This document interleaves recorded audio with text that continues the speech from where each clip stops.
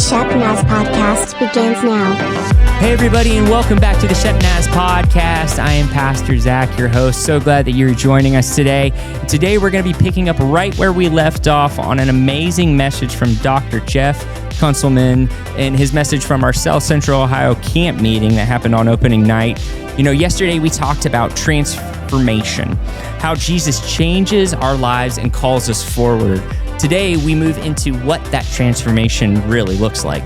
You know, Dr. Kunselman walks us deeper into Philippians 3 and shows us that being like Jesus isn't just about being kind or well-behaved, you know, having a good personality or having it all together. You know, it's about laying down our lives for others, just like Christ did.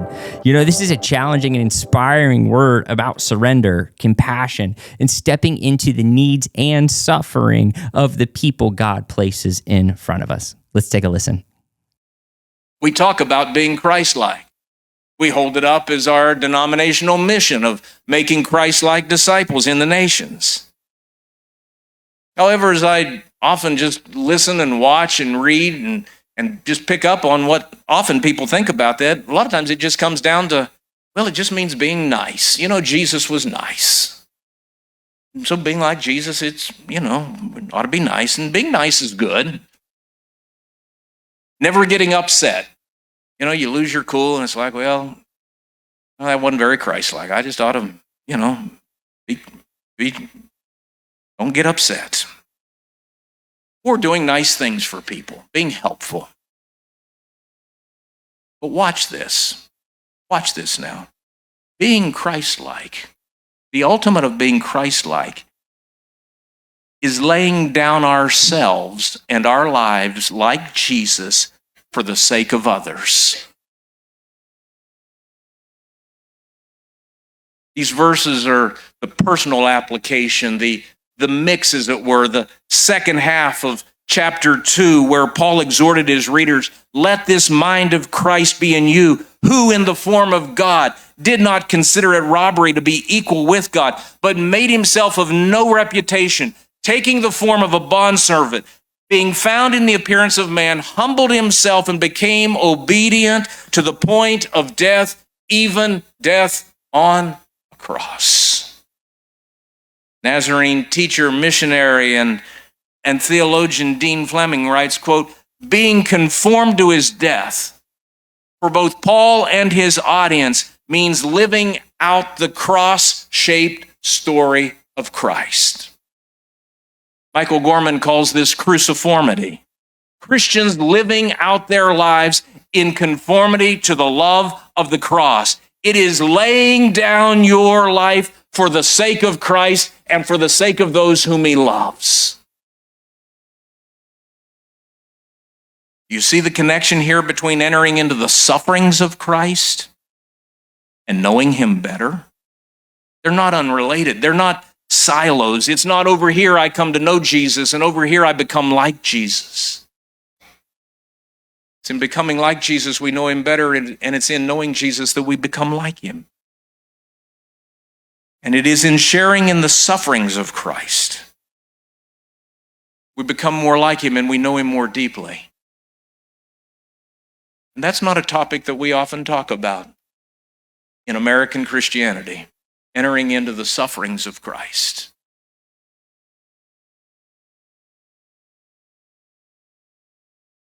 There's a hymn that I think never made it clear to the top, primarily I think because of its melody. It's just a little hard to sing in a few places, and these days it doesn't stand a chance. And I get it, that's no problem. But the lyrics are so good. As a young man, this song meant a great deal to me. But in recent months, it's come back around. It's resurfaced. This time it's more like a searchlight probing my own heart with this question. Geoff, is this still true for you? Can you really say this? Can you really mean this? Can you really sing this from your heart? The lyrics are these. I have one deep, supreme desire that I may be like Jesus. To this I fervently aspire. I want to be like Jesus. I want my heart, his throne to be, so that a watching world may see his likeness shining forth in me. I want to be like Jesus. He spent his life in doing good. I want to be like Jesus. In lowly paths of service trod, I want to be like Jesus. He sympathized with heart's distress. He spoke the words that cheered and blessed. He welcomed sinners to his breast. I want to be like Jesus. A holy, harmless life he led. I want to be like Jesus. The Father's will, his drink and bread. I want to be like Jesus. And when at last he comes to die, forgive them, Father, hear him cry. For those who taunt and crucify, I want to be like Jesus. And then this last verse. O perfect life of Christ my Lord, I want to be like Jesus. My recompense and my reward, that I may be like Jesus. His Spirit fill my hungering soul. His power, all my life control. My deepest prayer, oh, my brothers and sisters, my deepest prayer, my highest goal, that I may be like Jesus. Note Paul's order here. I want to know the power of his resurrection, followed by the fellowship of sharing in his sufferings. And if you're thinking about it, it really appears backward. The power of his resurrection, followed by the fellowship of his sufferings. It would seem that it ought to be the other way around, but think of it this way. Through the power of his life in us, we can now share with him in his sufferings in and for others that he loves. Again, back to Dr. Fleming. The more we are shaped into his likeness, the more we will experience the ongoing power of the resurrection. Isn't that good? Sometimes these sufferings are thrust on Christ's people simply because they are Christ's. I was telling the folks at Dayspring this morning, I was in conversation with Howie Shute, one of our missionaries a few years ago in the Horn of Africa, where the Church of the Nazarene has grown tremendously. But the church there is under awful persecution. He said, we had 4 teenagers, young men. They were called on to recant their faith. And if they didn't, that their lives would be taken from them. They went to the first young man, and it's one of your Nazarene folks, friends. They told him to recant, and he wouldn't, and he took his life. Decapitated him. And then the second one, the same, and the third. And then Howie said to me, can you imagine what the fourth one must have been thinking?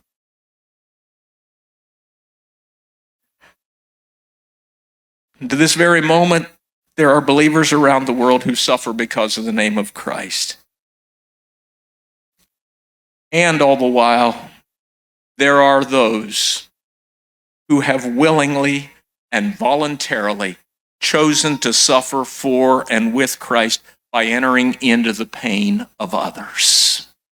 This is odd for Sunday night, first night of camp meeting. Oh, come with me if we're going to dig into the things of Christ.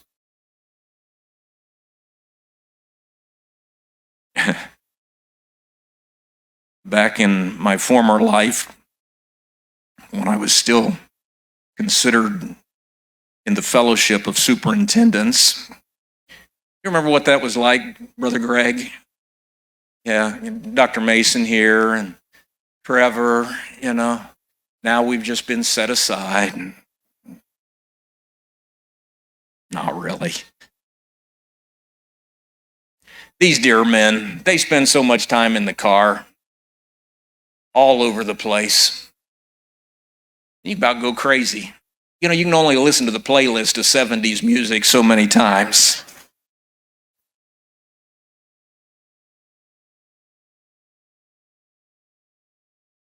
So I started listening to Audible. And particularly biographies, and more specifically, people who've made their real mark on the world, and even more specific than that, Christians who've made a real mark on the world. Included among those was the biography of Amy Carmichael.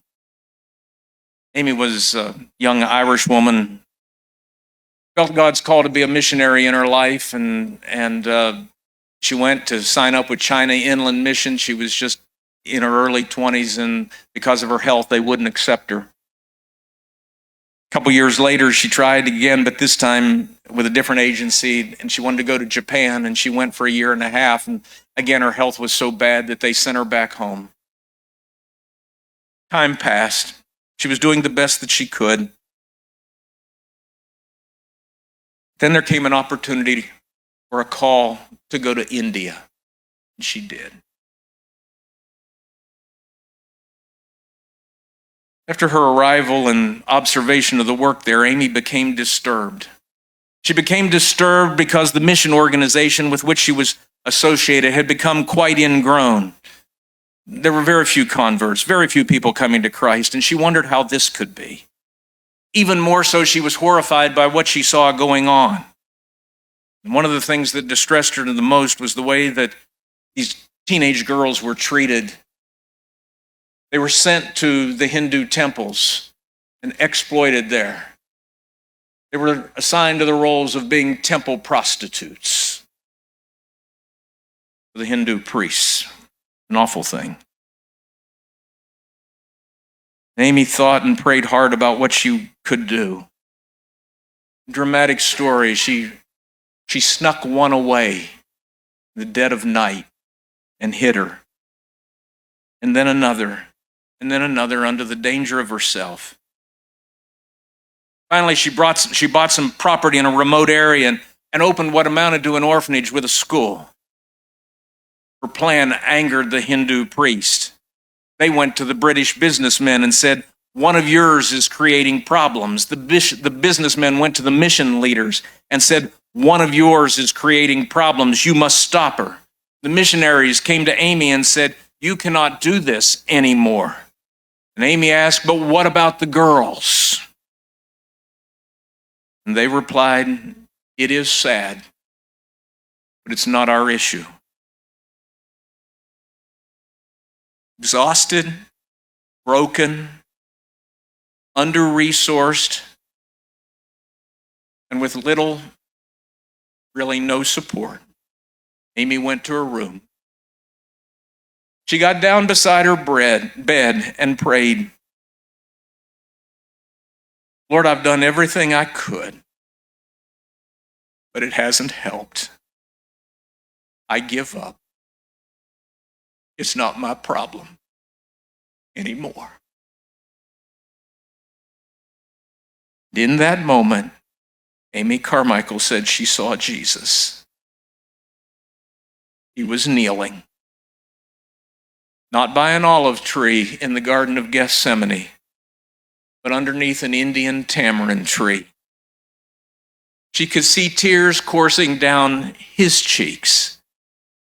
And Jesus looked at her and said, "That's right, Amy. It's not your problem. It's not your burden.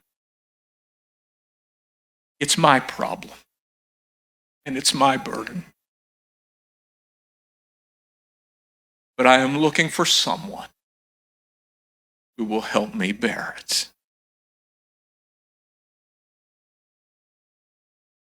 Eventually, Amy got off her knees. She went back to the girls. She never left India. 40 years later, she died there. She saved 1,000+ young ladies from horrible lives. To enter into the sufferings of Christ is to enter into the sufferings of others that he loves, and to act on their behalf, to intervene for them. That is cruciformity. That is laying down your life for the sake of others. That is the way of Jesus. So the Lord and I had to talk about this sermon tonight.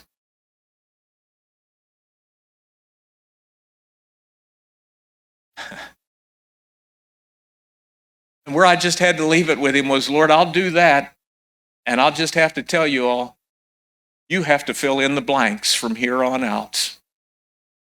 I can't make personal application for you, but I believe you and the Holy Spirit can. Whether it's tonight, or he makes it plain to you tomorrow, or a month from now, he will. Because it's his word, and his word never goes out what it doesn't come back to speak to us. Well, after I left Shepherd, and I mentioned earlier, I went to Maysville, Kentucky, the ripe old age of 22, to be the pastor. These days they call it the lead pastor. Problem was there weren't any other pastors. I was the lead and the follower pastor.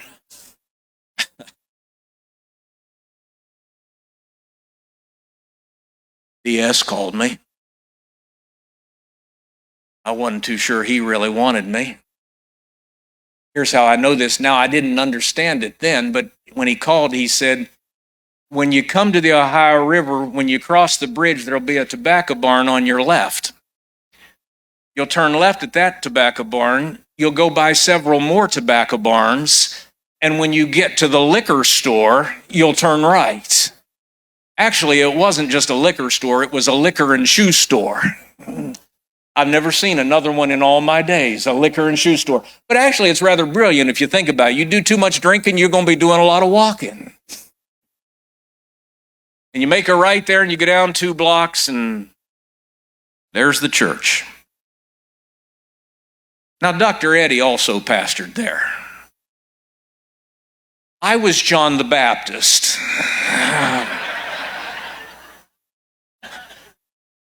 Preparing the way for the Messiah to come.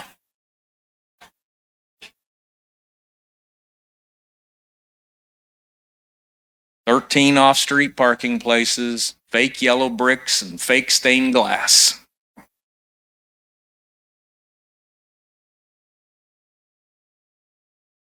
Those people were so good. Just sincere folks. Salt of the earth, but loved Jesus. For some reason, were so good to me. You remember back when we always did a prayer course before we prayed? I know, I'm talking like an old guy tonight. Yeah, well, I don't have any choice. Faith in God can move a mighty mountain. Faith can calm the troubled sea. Faith can make the desert like a fountain. Faith can bring the victory. Then we moved up to learning to lean. I'm learning to lean on Jesus. Finding more power than I'd ever dreamed. I'm learning to lean on Jesus. But in Maysville, they had one. It never made it to Sunday morning prayer course. It was just Sunday night prayer course. 2 or 3 times a month. I've never heard it anywhere else. I can't find it on the internet. The words are these.